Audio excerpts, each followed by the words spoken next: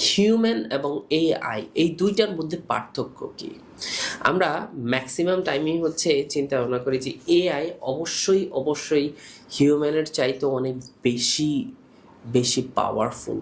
আসলে না, আসলে আমরা হিউম্যানরাই তাকে লজিকগুলো সেট করে দিয়েছি, বা যারা এআইগুলো ক্রিয়েট করছে, অ্যাপগুলো ক্রিয়েট করছে, তাদেরকে আমরা লজিকগুলো ক্রিয়েট করে দিচ্ছে এবং বিভিন্ন সেক্টর থেকে এআই ইনফরমেশন নেয়।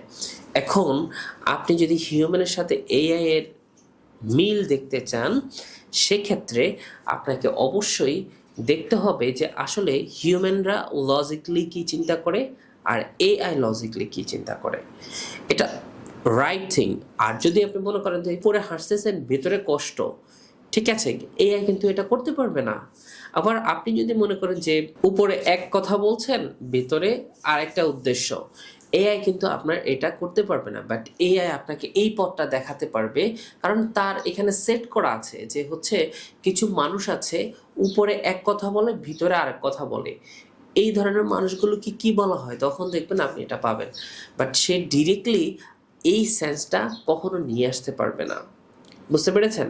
আর আরেকটা জিনিস হচ্ছে আমাদের স্পিরিট আছে, বাট এআই এর স্পিরিট নাই। এআই একটা হচ্ছে মেশিন।